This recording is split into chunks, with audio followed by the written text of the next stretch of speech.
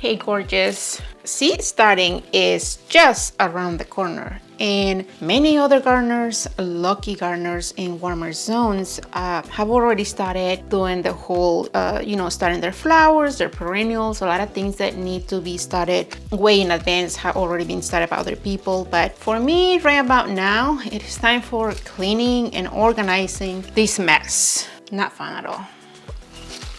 This will be my 4th year starting seeds indoors, and with that little bit of experience, I have learned to love this process. But if you're new here and you are trying to decide if starting seeds indoors is the right path for you, then let me help you decide. The moment that my plants left this room, these shelves, last spring, basically anything that could have been stuck on these shelves got here somehow. I got coffee cups, books, boxes, candles, wood glue, lotions.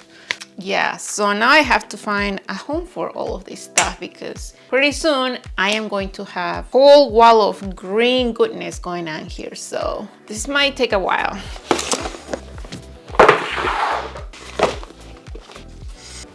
Do you love the smell of soil in the morning? Do you love the idea of tending to tiny plants, carefully watering, bending down to check for growth 3 to 5 times per day? Do you love a challenge? Do you want to find yourself saying, I grew that from seed in front of your friends over and over? Then seed starting might just be for you.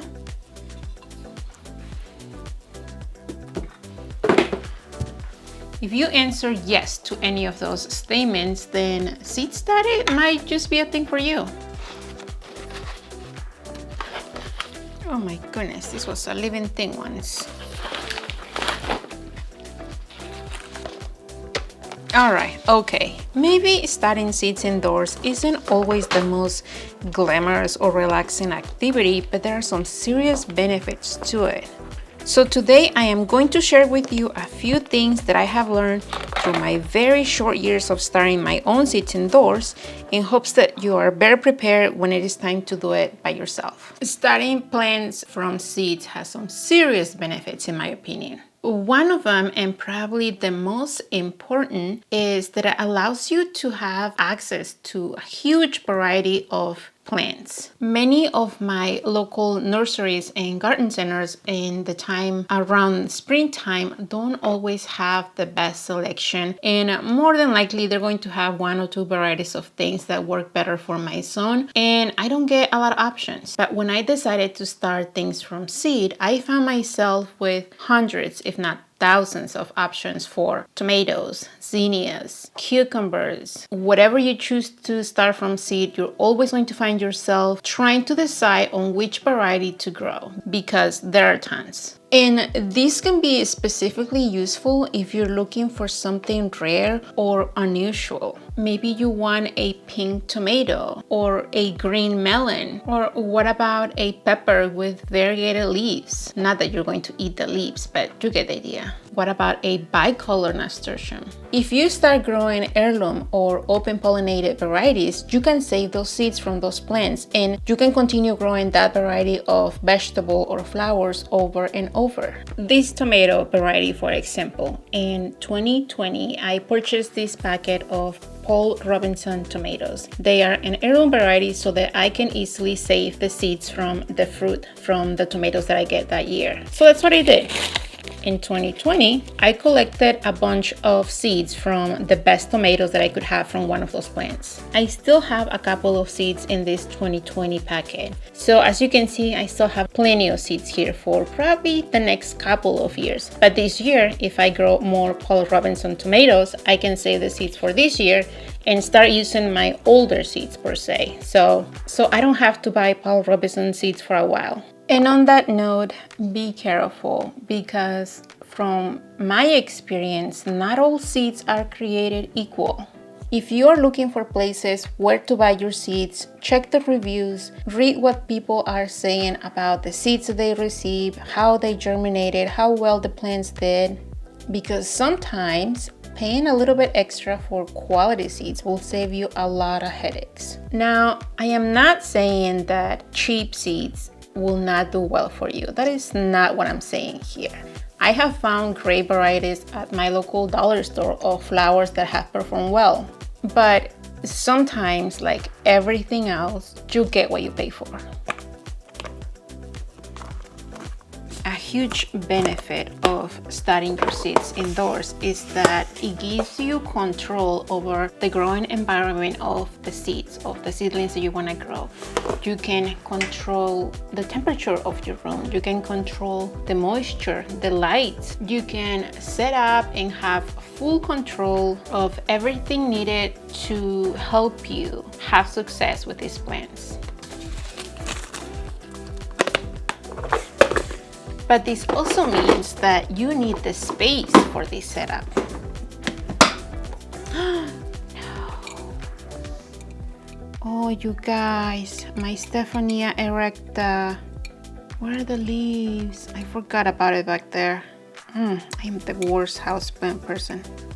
I have 2 shelving units here in this bedroom. I use this corner of the room where I have plenty of daylight, and the daylight that this room has is not really specifically for the plants, but I just love that about this room. And the windows face the south side of the house, so it gets really crispy and warm here. I love that, and my plants love that too. I have a bunch of LED lights, I have trays, I have containers, pots, watering cans. I have everything that I need to help me with growing seeds indoors. And if you want to check the setup of this room, I made a video last year showing you and explaining to you the things that I have, where I found them, and all of that good stuff. I'm not going to make a video for it this year because it's basically the same setup. Although I am adding a bunch more of my Bootstrap Farmer trays that I'll probably show you in another video when I'm using them. But other than that, everything is pretty much the same. So I will put a link in the description of this video, or you can just check it over here. Are you enjoying this channel? How about leaving a like or a comment? Also, I started memberships for this channel. Nothing is going to change. I am not going to stop sharing my content, but for those people that would like to support the channel that way, I am going to be doing some special things each month. Check it below. Another benefit is that it can be less expensive to start your own plants. I did a little bit of math myself for my place, and the amount of plants that I use for my vegetable garden and also a bunch of annuals that I start here from seed. If I pay between $3 to $5 for each plant already grown, already in a container, and I'm going a little bit on the cheap side, I will probably be spending between $600 and $800, which is a lot. Especially if you're planning to grow a lot of different types of plants. By starting your own seeds, you can save money and still have a beautiful and flourished garden. If you have been following me for a while, you know that I love to start my seeds a little bit earlier than most because I like to get my plants as bigger as I can before I put them outside. Don't want to get 1 or 2 inch seedlings to get them outside transplanted, but I want to get something that is already healthy, strong, beautiful, bursting out of these shells, ready to be planted outside. So if I want to do that, I have to get a head start of the game and start a bunch of them from seed. However, just because you got a bunch of seeds and they started germinated, it doesn't really mean that you can have a guarantee that those plants will give you fruit or flowers in the near future. There is a lot of diseases and human errors that can kill your seedlings before they even get the chance to see the sunlight outside. Leggy seedlings, dumping off, too much water, not enough light, mold, leaves turning yellow, plants just dying unexpectedly. And sometimes, even if you don't run into these problems inside and your plants are as healthy as they can be, the period of hardening off can be a very tricky one. If you don't know what hardening off is, it's basically the period that it takes for you to take your plants outside, the transition to be from going from indoors to the outdoors. You can't just take your plants outside overnight and expect good results. Your plants so far, if they have been inside, they have some sort of artificial light, and if you take them outside straight into the sunlight, they're more than likely not gonna do well. So a lot of people take from a week to 2 weeks, depending their schedule, to slowly and gently take those plants outside, so that by the time that they are outside for a full day, they don't really get into a shock. But from talking to other gardeners that start their own seeds indoors, I have found out that they start 2 or even 3 times more plants of what they need, because they don't take the time to take them outside. They don't do any hardening off, they just take them outside overnight, and they expect half of them or even 2/3 of those plants to just die, which is mind-blowing because I could never do that.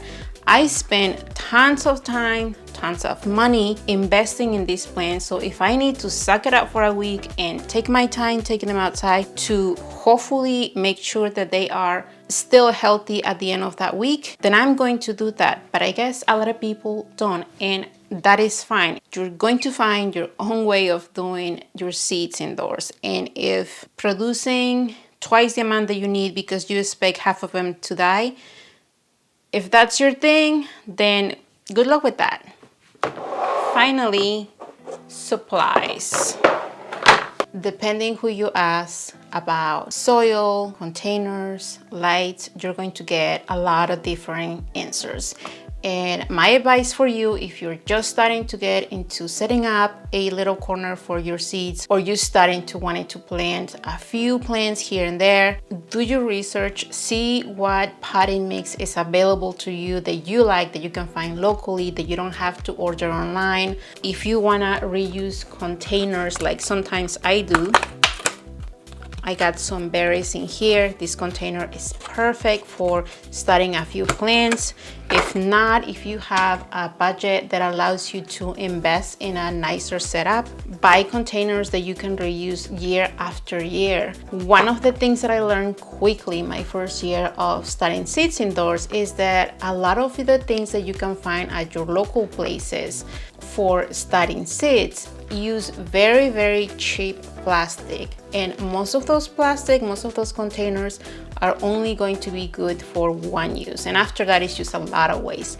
So in the past couple of years, I found Bootstrap Farmer, and no, they're not paying me to say this, I just love their containers and their trays. They have a wide range of options for trays, for pots, for containers that you can use depending how you're going to be doing this. And yes, they cost a little bit more, but I love their stuff. I mean, you cannot break these things. They're going to last forever. Again, a lot of those supplies for you are going to depend on if you want to start just a handful of things, or if you have the budget to invest a little bit more on the things that you want to reuse year after year. Finally, starting your own seeds can give you a sense of accomplishment and pride. There is something so satisfying about seeing a plant, seeing it mature, seeing it produce flowers or vegetables for you to eat, that you can say, I grew that. I started that plant from a very, very tiny seed. It's not something that I can explain. It's just something that you have to feel for yourself. Have you ever eaten something from your garden that you grew from seed? Did it taste better? If you have been thinking about starting seeds indoors, I hope that this video was helpful to you. And just like I did last year, this year I'm going to be sharing everything that I am doing, the seeds that I am starting, when I'm starting it. So if you're not subscribed to the channel, make sure to do that below. And if you're new to the channel and you haven't checked any of my past videos about starting seeds indoors, maybe one of these two will help you in your search. Thank you for watching, and until the next time.